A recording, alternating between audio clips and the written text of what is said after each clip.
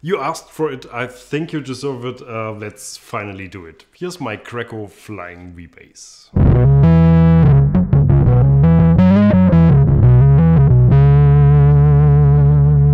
Hi, my name is Gregor. This is the first episode, I don't know if there will be more. This is the episode of my new video series, which hopefully will be a thing now, which is called Gregor Sucks at Bass, because I suck at bass. It's an homage to my favorite YouTube channel, and I think I fooled you once last week where I pretended there would be a video of this bass, which it wasn't. It was about something else. But I heard your comments. I've seen your comments. So let's finally do this. This is my Greco bass. It's a Flying V bass. It's really cool. I bought this December last year. Not that I was really looking for it. It just sometimes happens that I see a bass on Reverb or eBay, or like the German version of Craigslist, which is called eBay Kleinanzeigen. And I just know that's my bass, and then I buy it, which is not a very healthy behavior, but it's something that I occasionally do. This bass, it wasn't cheap, honestly. I just found out it's also not entirely original. The pickguard is used to be white or cream colored. It's a 78 Greco bass, which was also sold as Ibanez, but this is the Greco version, which was built. These are the exact same basses, of course. And yeah, I mean, before I talk too much, let's just hear the neck pickup.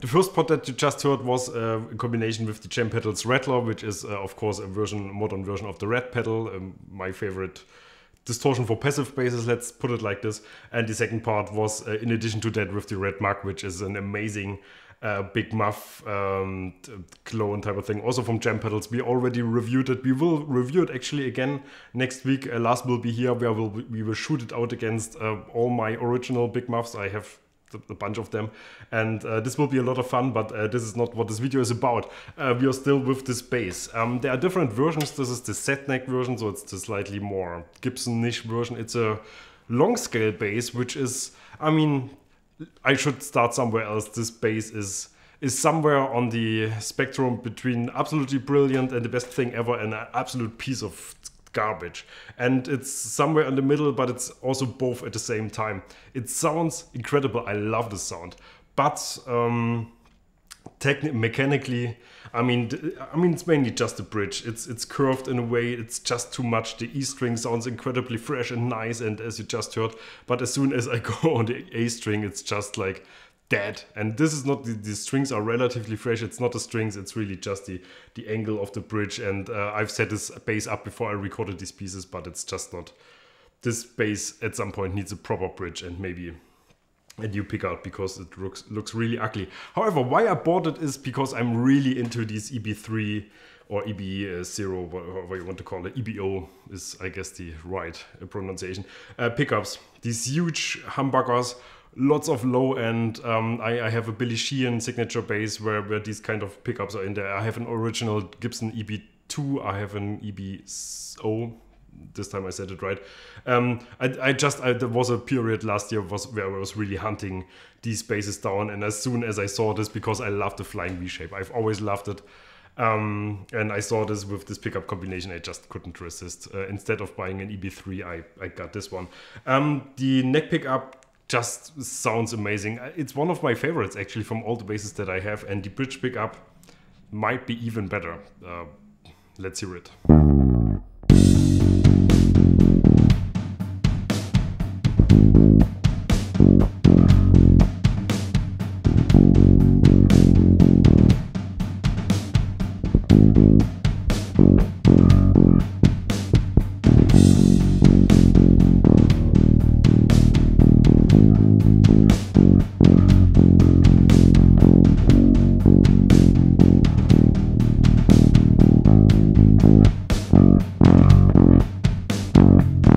big issue, of course, with this bass is the shape. I mean, you can play this with a strap. It's still super uncomfortable. I mean, I love, I used to be a guitar player many moons ago, and I always loved Flying V guitars because you can just, as I just did in this ensemble, just put them between your legs and play them like this. And because I used to be a classical trained guitar player with like real classical guitars with all this boring stuff, and this is how we used to play. And so this is comfortable for me, but it just doesn't work with a bass. It should be here, like in the height of your ear, and this is far too far away. However, I mean, this is a video studio. I hope you got the thing what we're doing here. Of course, we're doing this reviews. This is my job. This is my profession. I'm working with all these amazing bass players that I invite here to play in these videos. Sorry, you have to hear me now in this series. This is just something that I will do from now on. Occasionally, we will see. And yeah, I mean, this is a part of the studio is of course real. There's lots of basses, there's real equipment, but there's also actually some fake equipment that's just here. As I mentioned in the video recently, I have like a fake Glockenklang cabinet that we just use to make the Glockenklang stack bigger. I just asked Glockenklang at some point, hey, if you want your amp to be seen in the videos, because this was the time when I started having these full stacks, all these 8x10s and 215 cabinets. And I told them, hey, if you want to want everyone to still see your cabinet, you need to send me another one. So they decided to build me like a dummy cab, which is really funny. And this is one of those basses where I think it just looks incredible in the background. I know this is it sounds crazy. I mean, I think it sounds crazy when I say it, but it's just the way this thing works. I mean, we're doing real things here, but at the end, it's a video studio where everything is designed to look a certain way. Unless, of course, these videos, this is my real workplace. Never meant to be in the video, to be honest. I'm not sure if I will continue forever to shoot this thing here or these videos here, but I don't know, we will see. And yes, as you just hear, this is just a video where I just say things. Again, this is not scripted. I hope you enjoyed it anyways. Is there so much more to say about the bass? It's a mahogany body, mahogany neck, of course. Was it maple? Looks like maple. No, it's actually a maple neck. And yeah, it's really cool. If you have one of those, let me know in the comments if you've played one. If you know what bridge I should use. I know there's different out there. This needs to be replaced at some point. This bridge really sucks. The string heights are just too, this is so curved. The string heights of the A and the D string, they are so high, they sound completely different than the A and the G string. It's just not working for me. I guess it's not working for anyone. Yeah, that's it. I hope you enjoyed this, whatever this was, and just let me know which bass you want to see next.